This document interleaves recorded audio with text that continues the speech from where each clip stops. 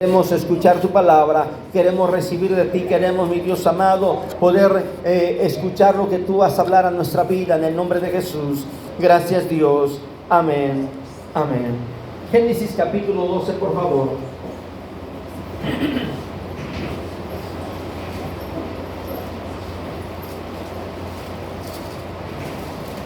Génesis capítulo 12. Aleluya.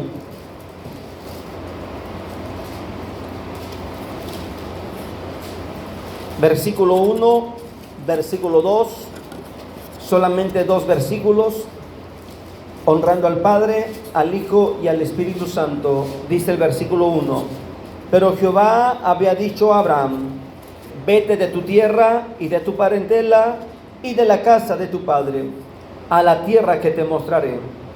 Versículo 2: y haré de ti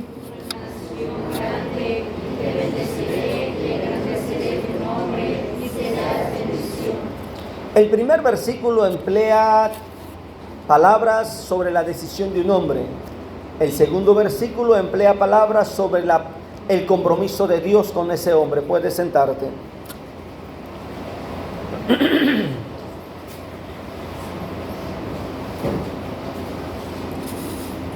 Sueños de éxito. Sueños de éxito. Te pregunto, ¿quién se casa comprometiéndose y diciéndole a su pareja: quiero que te cases conmigo porque no quiero tener nada en la vida? No sueño con casa, no sueño con carro, no sueño con éxito. ¿Quién le compromete o se compromete en matrimonio aceptando no saber dónde van a vivir, aceptando no saber cuántos hijos van a tener, aceptando no saber si van o no van a tener estufa, cama? ¿Qué más puedo ver o pensar? O sea, quiero que comprendamos algo. ¿Quién acepta casarse cuando no hay ninguna promesa, por lo menos, de decir: voy a dar lo que necesitas? ¿Verdad que nadie?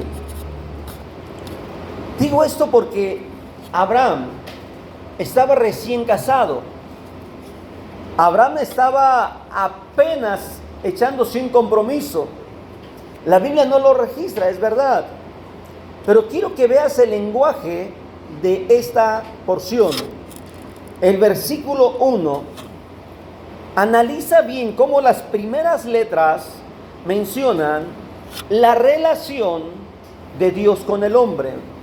Pero Jehová había dicho a Abraham.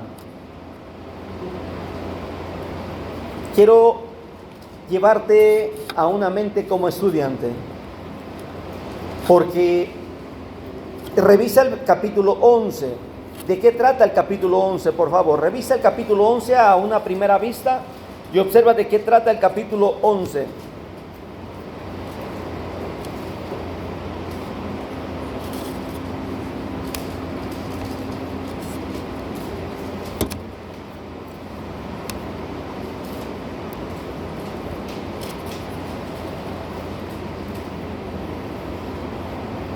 ¿Te das cuenta que trata de la torre de Babel? ¿Te das cuenta que trata de los descendientes de Sem, descendientes de Taré? Y termina con la muerte de Taré. Entre el capítulo 11 y el capítulo 12 no hay más referencias de Abraham. No hay referencias de estilo de vida. Simplemente da por hecho de que Abraham era un personaje especial. Pero Jehová había dicho a Abraham. Y esto es lo que quiero que veamos, porque Abraham era el padre de Israel, y cuando la Escritura empieza a utilizar el lenguaje de Abraham, de Jacob, da por hecho que los lectores conocían quién era Abraham. Es como si dijéramos aquí en México: pero Dios dijo a Benito Juárez. Pregunto, ¿qué mexicano no sabe quién fue Benito Juárez? ¿Sí me explico? Si se escribiera algo sobre Benito Juárez, nadie de nosotros va a preguntar quién es Benito Juárez, porque lo conocemos. Pero si esto fuera escrito para una persona o nación fuera de México, tendrían que poner un antecedente. Benito Juárez, un personaje que nació en Oaxaca, su carrera, su perfil, sus éxitos, ¿sí me explico? Un pequeño antecedente biográfico para que el lector pueda comprender lo que se habla de Benito Juárez. Por eso es que vemos que el versículo 1 inicia con el nombre de Abraham, dando por hecho que conocemos la historia de Abraham. Porque cuando se escribió esto, no se imaginó que fuera para todo el mundo. Era como una referencia histórica para una nación que eran descendientes de Abraham. Y se pensó que solamente iba a quedar con ellos. Si Moisés, que escribió este capítulo, hubiera sabido que iba a ser para el mundo, te aseguro que hubiera puesto un poquito más sobre el antecedente histórico. Dice la Biblia, pero Jehová había dicho a Abraham, ¿qué dice Dios contigo, para ti? ¿Cómo hizo Dios el trato contigo? Todo hombre que se casa piensa con el éxito, toda mujer que se casa piensa lograr el éxito. Nadie se casa pensando en el fracaso. Nadie se casa diciendo, bueno, lo bueno que nada más va a durar 5 años el matrimonio y cada quien por su rumbo. Nadie dice, qué bueno, pues no me voy a comprometer mientras estemos juntos. Vamos a estar por ahí en una chocita, algo sencillo. Al fin no voy a invertir y lo que yo gane me lo voy a ahorrar para cuando termine mi compromiso matrimonial pueda disfrutar la vida. Nadie hace eso.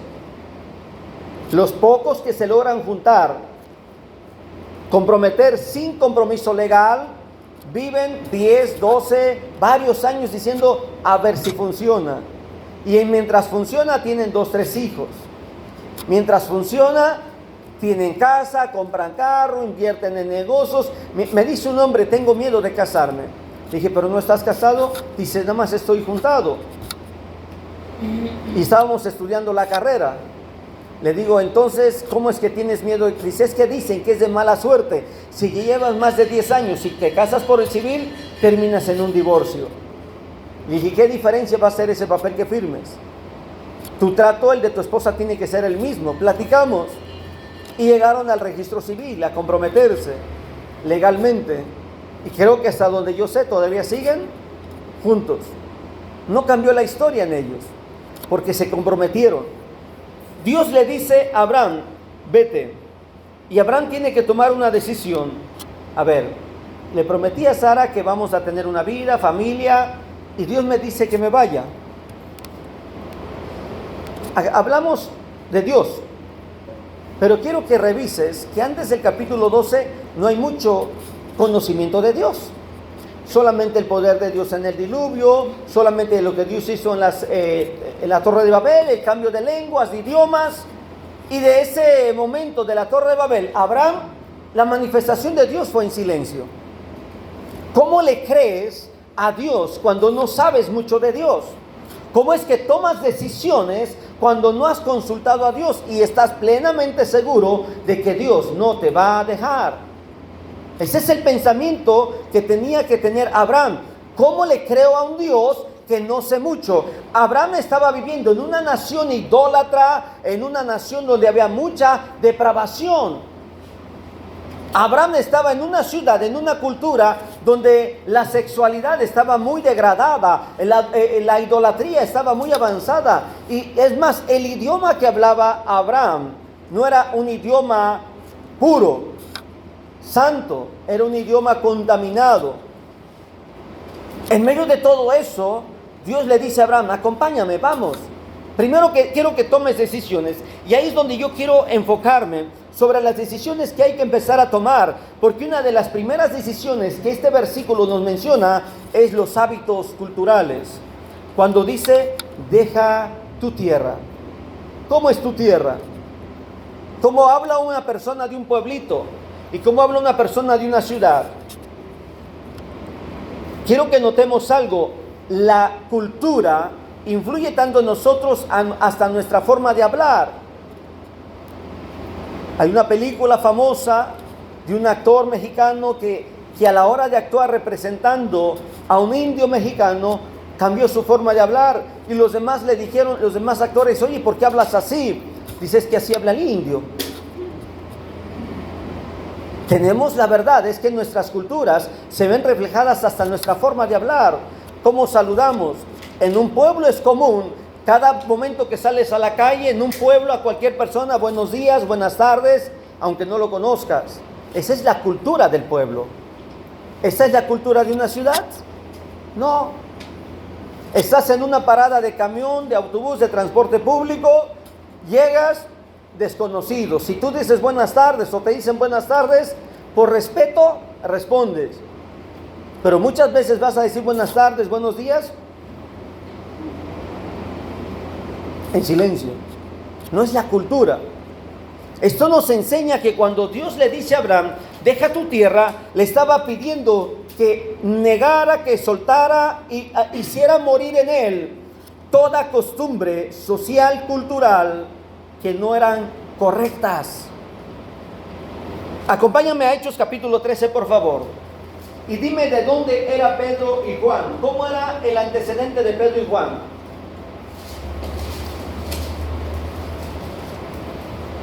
¿De dónde eran? Hechos 4:13.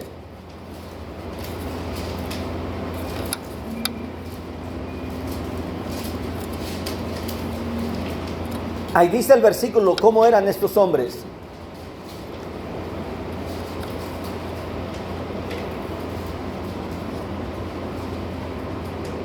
¿Ya lo vieron? ¿Cómo eran? Sin letras y del vulgo. O sea, no eran personas que habían ido a una escuela. Y eran del vulgo. ¿Cómo era su cultura? Es ahí donde cuando Dios le dice a Abraham, deja tu tierra, le estaba dando a entender, deja lo vulgar, deja lo bajo. Yo te voy a llevar a un grado superior. Eso nos dice, Pablo también lo menciona de manera diferente en primera carta capítulo 15 versículo 33. Primera carta a los Corintios capítulo 15 versículo 33. Dice esta carta, dice, no erréis. Las malas conversaciones, aunque tú le des buena educación a tus hijos, la sociedad, la cultura a la cual nos pertenecemos, hay un grado de perversidad en el estilo de vida, en la forma de ser. Vamos a la Ciudad de México. ¿Qué pasó, jefe? ¿Cómo está? Vamos a un pueblo. Apá. ¡Apa! Vamos a un punto intermedio. Ni tanto aislado de la civilización, ni en la cúpula de la civilización, cambia el lenguaje. ¿Nos damos cuenta? Cuando Dios le dice a Abraham, deja tu tierra, le está diciendo, deja todos aquellos hábitos que has abrazado. Lo más difícil de poder superar es nuestra identidad social y cultural. ¿Cómo vestir? ¿Cómo no vestir? Mira cómo visten los de la costa. Y mira cómo viste una persona que vive en lugar totalmente caliente, cálida, árida. Y fíjate cómo visten los árabes en el desierto. ¿Cuál está bien? ¿Cuál está mal? No lo sé. Eso lo tienes que analizar tú, eso lo tienes que interpretar tú, porque hay cosas que en tu cultura, en tu sociedad no son agradables a Dios. No es necesario salirte de tu casa, hay que empezar a reconocer lo que socialmente no está bien a la luz de la Biblia, para no vivirlo, para no hacerlo. La cultura hoy en día, los muchachos, las muchachas, pantalones rotos, enseñando partes de la pierna, partes de la pompi, asoma la bolsa de atrás porque el pantalón está roto, y ese tipo de ropa no es agradable delante de Dios. Son hábitos culturales. Hoy vas a la tienda y ves esa ropa desgarrada, transparente, que a la luz de la Biblia no es ropa decente. Son hábitos sociales. Cuando Dios le dice a Abraham, deja tu tierra, hace referencia a todo lo que el mundo está infiltrándose en mí. Sigue diciendo el versículo de Génesis capítulo 12. Deja tu parentela. Cuando le dice deja tu parentela, está hablando de hábitos ancestrales. ¿Cuáles son los hábitos de tu familia? ¿Cuáles son los hábitos que has heredado de tu familia? Hay hábitos buenos. Voy a mencionar uno que hemos dejado. Saludar a los padres, a los abuelos con beso en la mano, cruzar las manos. Son hábitos que se han perdido. Pero hemos abrazado otros hábitos que no debemos traer. Se acabó el respeto al lenguaje del padre. Se acabó el respeto al lenguaje de la madre, de los abuelos. Es verdad que tienen errores, es verdad que son humanos, tienen faltas. Probablemente alguno de tus padres fue borracho, fue demasiado mujeriego, fue un mal ejemplo. Pero Dios nos dice a los hijos que honremos a los padres. Pero cuando Dios le dice a Abraham, deja tu parentela, hay hábitos que no debemos cargar con nosotros. Muchos de esos hábitos se transmiten, se llaman chisme, crítica, irresponsabilidad, es más, hasta la impuntualidad. Hay familias que son muy puntuales y es identidad. Hay familias que son impuntuales y eso es mala imagen. Y puedo seguir diciendo, irresponsabilidad. Hay personas que no son íntegras, hay personas que no son fieles, hay personas que no son honestas. Es un mal hábito ancestral que traemos como familia. Hay que marcar la diferencia en medio de todo eso. Sigue diciendo la Escritura, deja tu tierra, deja tu parentela, ¿sí? Pero sigue diciendo algo, Génesis capítulo 12, deja la casa de tu padre. Ay, Señor, ¿qué tienes contra mi papá? ¿Qué tienes contra la casa? No, te tengo una propuesta mejor. Recuerdo cuando a mi padre le dan la herencia de mi abuelo. Como todo hijo, pues pensaba conservar la herencia. Todo hijo, tener como una casa donde llegar a descansar en algún momento. Pero estábamos pastoreando y la obra de Dios necesitaba recursos. Oigo a mi papá decirle a mi mamá, oye, ¿y si vendemos la casa y lo invertimos en el templo? Le dice mi mamá, pues tú ves, es tu casa, es tu herencia. Dice, voy a hacer eso, nada más que voy a hablar con mis hermanos, aunque ya esto ya es mío, voy a hablar con ellos. Habló con ellos, dijeron, carnal, pues es tu decisión, es lo que te dejó papá. Si tú lo quieres dar al templo, no hay problema.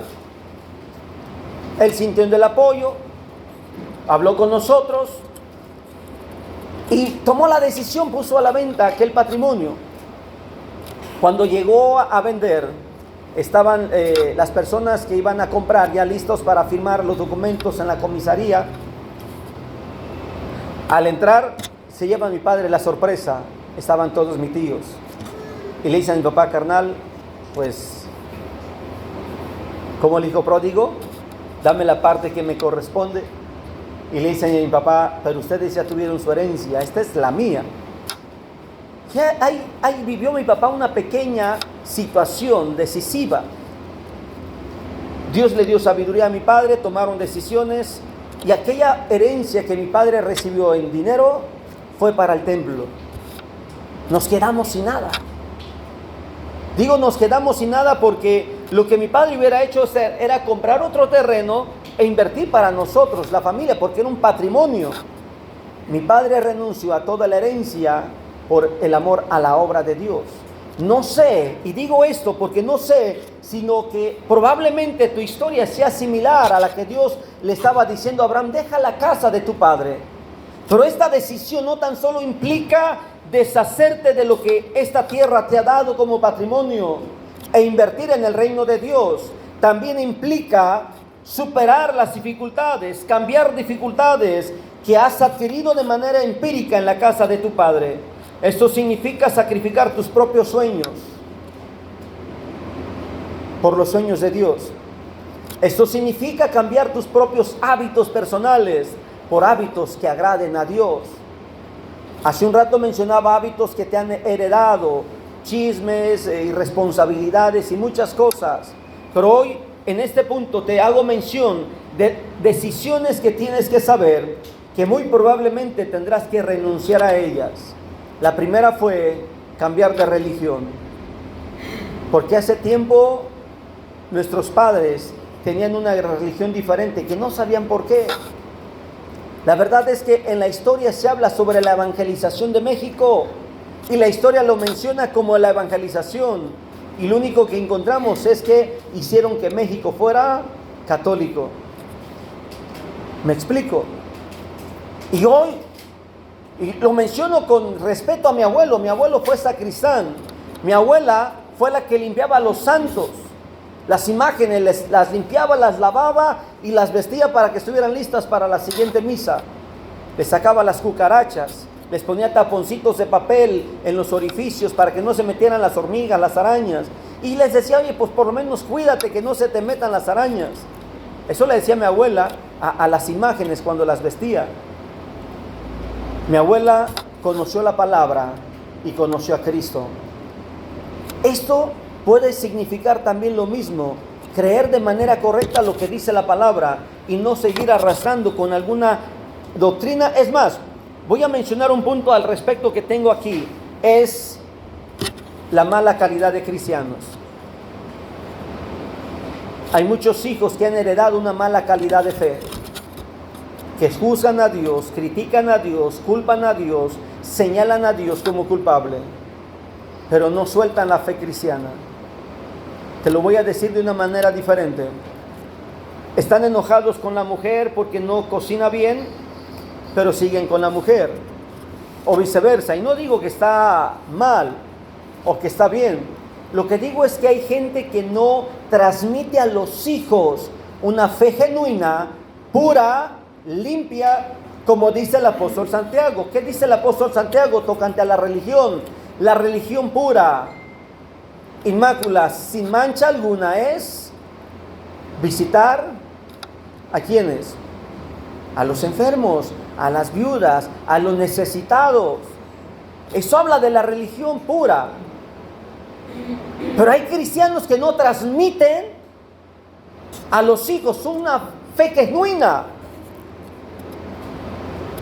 Quieren transmitir a los hijos que a Dios solamente se le busca por conveniencia, porque nos sana, porque nos bendice, porque nos prospera los negocios. Y esa fe de prosperidad transmite a los hijos que no aceptan las pruebas, las luchas y el proceso por el cual Dios nos quiera pasar.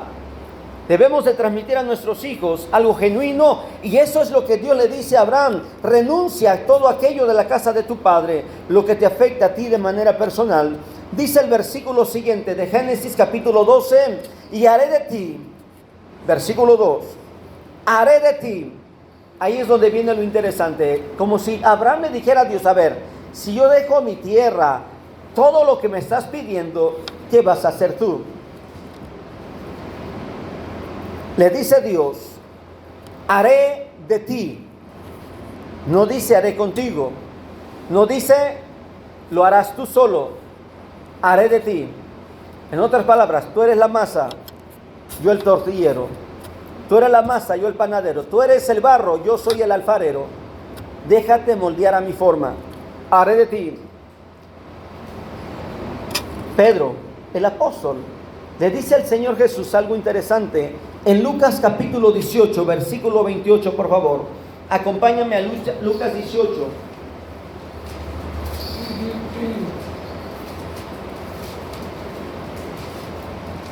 Lucas 18. ¿Qué dice Lucas 18, 28? Lo que le dice Pedro a Jesús.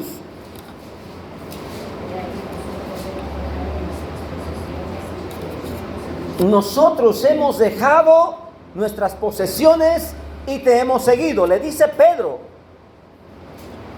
Le responde Jesús: de cierto os digo que no hay nadie que haya dejado, y observa cómo menciona casa, padres o hermanos, mujer o hijos. Lo primero que menciona coincide con lo que Dios le pidió a Abraham. Deja la casa de tu padre, deja tu tierra, deja tu parentela, por el reino de Dios, dice Jesús. Versículo 30, quien no haya de recibir, ¿cuánto? No es que te vaya a dar más hermanos. Si tenías uno, Dios va a hacer que nazca otro hermano más. Porque no habla de los hermanos biológicos, habla de los hermanos en la fe. No hay nadie que haya dejado que no haya de recibir mucho más. Eso es lo que Dios le estaba dando a entender a Abraham. Yo haré de ti, por todo eso que tú dejas, yo te voy a bendecir. Que esa es la siguiente palabra que Dios le menciona a Abraham. Y fíjate lo que dice en Lucas 18:30, termina diciendo, y en el siglo venidero, la vida eterna. La realidad es que el ser humano es eterno. La realidad es que hay dos resurrecciones. La primera, que es para vida eterna, y la segunda resurrección para condenación eterna. Y la verdad es que la Biblia dice, bienaventurado aquel que tiene parte en la primera resurrección. En donde, si fueras a morir antes del arrebatamiento, ¿en dónde te gustaría resucitar? ¿En la primera o en la segunda? Porque Jesús dice que seremos bendecidos si dejamos todo lo que Dios pide que dejemos. Dice el apóstol Juan de una manera diferente, no améis al mundo ni las cosas que están en el mundo. Volvamos a Génesis capítulo 12, porque Dios le dice, yo haré de ti, y añade algo, te bendeciré. Interesante promesa. Dice la Biblia que posteriormente Abraham era riquísimo, así lo describe, riquísimo. Yo no quiero que te emociones con la riqueza terrenal. Pablo nos dice algo diferente, dice, confórmate con todo lo que necesitas, una casa, una mesa y lo necesario para que inviertas en el reino de Dios. De nada te sirve tener 2 casas, 30 casas, 40 casas. Tuve un vecino, ya no está, ya falleció, pero este hombre llegó a tener, su sueño era tener 40 casas. Y dijo, porque quiero rentarlas y lo que corresponda a cada renta sea un día de ganancia. Y lo logró, tuvo más de 40 casas y todos los días iba a cobrar una renta. Llegaba días que iba a cobrar 2, 3 rentas. Pero mientras lo criticaron porque comía con bolillo, pedacito de queso y un chile verde. Cuando viajaba a la Ciudad de México, se llevaba unos 4 bolillos para él, 4 bolillos para su mujer, 2, 3 para sus hijos, queso y chiles verdes. Eso comía, almorzaba y cenaba cuando iba a la Ciudad de México. Sus hijos le decían, papá, ya hay que comer algo diferente. No, hijos, el dinero está escaso. Cuando sus hijos se casaron, les digo, mira, esa casa va a ser tuya, pero mientras yo viva, me vas a pagar renta. Por eso tuvo más de 40 casas. Las 40 casas eran libres de las casas de sus hijos. Y poco a poco empezó a invertir en más casas. Un día le regalaron sus hijos una Suburban del año, y a los 2 días le llega a la agencia y le dice, señor, vengo a cobrarle la Suburban. Dice, ¿no era gratis? Dice, no, la tienen que pagar. Le dijo Dios a Abraham, te voy a bendecir. ¿Qué tipo de bendición quieres tú, terrenal o espiritual? Yo prefiero la espiritual. Un día voy a dejar esta tierra y de nada me va a servir tener 3, 4 casas, presumir 3, 4 carros, si no tengo galardón en el cielo. De nada me va a servir. Que llegue al cielo y me diga Dios, tú gastaste todo allá, ya no invertiste nada para el cielo. Ahí está por lo menos tu silla donde te vas a descansar un ratito, como en los hospitales, a recargarte en la pared y a dormir. ¿Qué diferencia es que Dios diga, invertiste todo en la tierra, aquí tienes lo que corresponde? Jacob, la historia como ejemplo. Génesis capítulo 28, por favor. Génesis 28.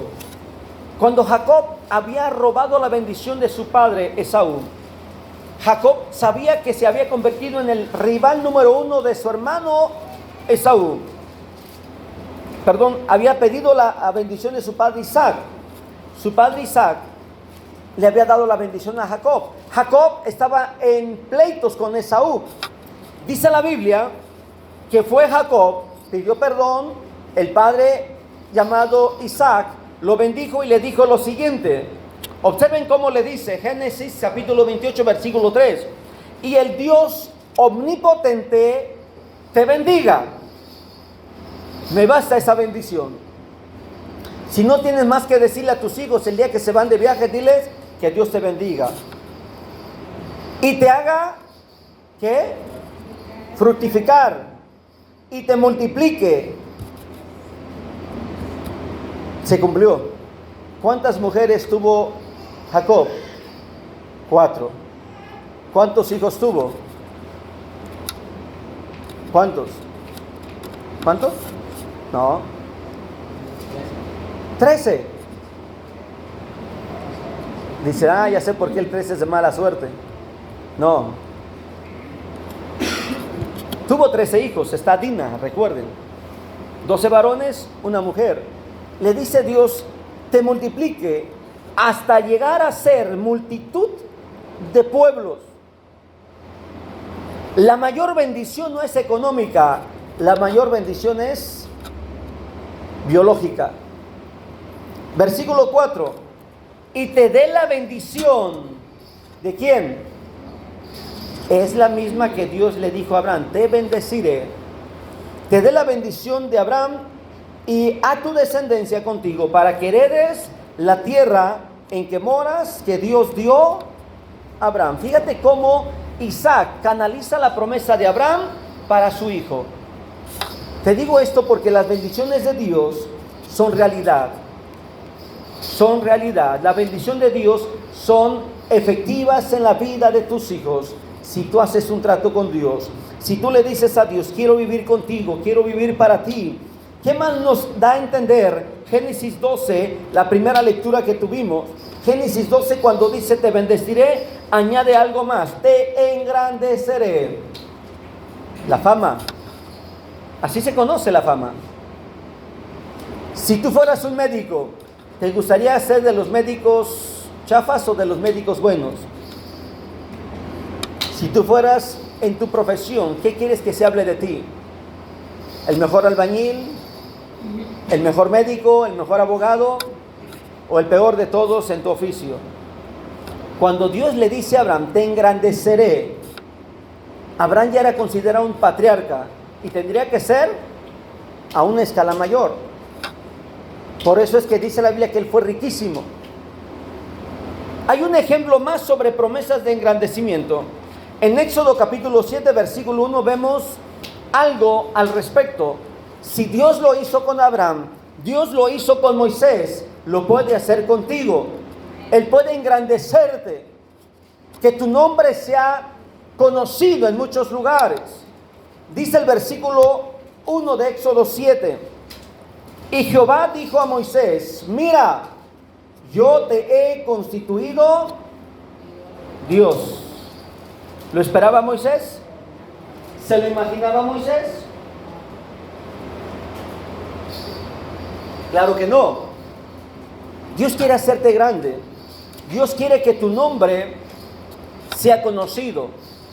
El mejor mecánico, el mejor herrero, el mejor en tu oficio. Pero solamente te pide, deja las costumbres sociales, deja las costumbres ancestrales, deja las costumbres de familia y sé único, sé especial, sé exclusivo para Dios. A esto se llama santidad. Santidad. Que si tu familia viste indecentemente, inmoral, tú llegas vestido decentemente. Que si tu familia, tus amigos, conocidos visten de manera común, tú sé extraordinario. Un muchacho que conocí, compañeros de mi hermano Obed, de esa generación de jóvenes, le gustaba vestir comúnmente y el día que graduó como abogado, cambió. Todos los días andaba con corbata y camisa de manga larga. Y eso fue novedad. Dijeron, oye, ¿por qué cambiaste? Dice, es que ahora soy abogado, titulado. Y por favor dime licenciado. Fue un choque porque pues en la iglesia todos le hablaban de tú, de esa amistad sincera que había entre los jóvenes. Y cuando él exigió que le dijeran licenciado y cambió su estilo de vestir, pues fue rechazado por el grupo de jóvenes. Él vivió el efecto de su propia exigencia. No sé si me explico. Él exigió eso, los jóvenes le dijeron licenciado y él cambió su estilo de vida, aguantó el proceso hasta que por fin la iglesia lo vio con el respeto que él pidió. Se fue, hoy es una persona, vive en otro estado, es un siervo de Dios, pero cuando llegó allá llegó con ese estilo de vida, con esa forma de ser. ¿Me explico? ¿Qué es lo que quiere Dios de ti? Quiere que seas bendición para otros, porque eso es lo que sigue diciendo en Génesis capítulo 12. Dice, y serás bendición. Si tú cambias y te comportas como Dios quiere y sirves de modelo en conducta, en hábitos, en estilo de vida, dice Dios, serás bendición. ¿Quién prospera en el desierto? Nadie, solamente a quien Dios pone en el desierto. En otras palabras, ¿quién va a prosperar donde tú estás? Para muchos es común, pero si tú vives como Dios quiere, vas a prosperar en eso. Por eso es que José, a donde llegaba José, Dios prosperaba todo, porque a través de José llegaba la bendición. Te estoy poniendo el ejemplo del hijo de Jacob, porque José fue bendición. Y vayamos por favor al versículo 2 de nuevo, cuando Dios le dice, haré de ti. Esa parte, ¿qué quieres que Dios haga de ti? ¿Por qué piensas que eres un fracaso social? ¿Por qué piensas que eres una oveja negra social? ¿Por qué piensas que no tienes nada bueno que aportar? ¿Por qué piensas eso? Si has hecho un trato con Dios, entonces las promesas de Dios se van a cumplir. Y no estás aquí por casualidad, no estás aquí porque el destino, porque la hora era el domingo, no, estás aquí con un propósito de Dios. Estás aquí para escuchar lo que Dios quiere hacer de ti bendición para otros. Ponte de pie. Las promesas de Dios son fieles, las promesas de Dios son únicas, y si tú eres obediente como Abraham, si tú eres fiel a Dios como Abraham, dice la Biblia que Abraham fue el padre de la fe. Sin conocer mucho a Dios, le creyó a Dios. Sin conocer mucho quién le estaba hablando, le creyó a Dios. Padre, venimos delante de tu presencia, Señor. Y vengo a pedirte en el nombre de Jesús, mi Dios amado, por la vida de mis hermanos, los que están escuchando tu palabra, los que oyeron tu palabra, Señor. Que tu Espíritu Santo nos lleve a comprender, mi Dios poderoso, de que la promesa de Dios con Abraham es el ejemplo claro de que cuando haces un pacto, un trato con nosotros, así como has cumplido a Abraham, nos cumplirás a nosotros. Mi Dios amado, permítenos ser como Abraham, ser fieles, ser íntegros, ser honestos, Señor, ser perseverantes, ser constantes, mi Dios amado, y ser creyentes. Creer en ti y creer, mi Dios amado, de que tú eres fiel. Creer en ti y creer que tú vas a cumplir tu palabra, a pesar de lo que veamos, a pesar de lo que vemos, a pesar de lo que vivimos. Tú eres fiel, Señor, mi Dios amado, y que a ti no te mueven los tiempos ni las circunstancias, porque todo está perfecto en tu tiempo y tus propósitos son fieles. Permítenos ser como Abraham, obedecerte, vivir para ti. Permítenos ser como Abraham, llevar, Señor, nuestros pasos a donde tú quieras, despojarnos de todo lo que no te agrada, dejar todo aquello que no esté agradable delante de ti y poder vivir para ti. En el nombre de Jesús, que podamos exaltar tu nombre, que podamos glorificar tu nombre, en el nombre de Jesús.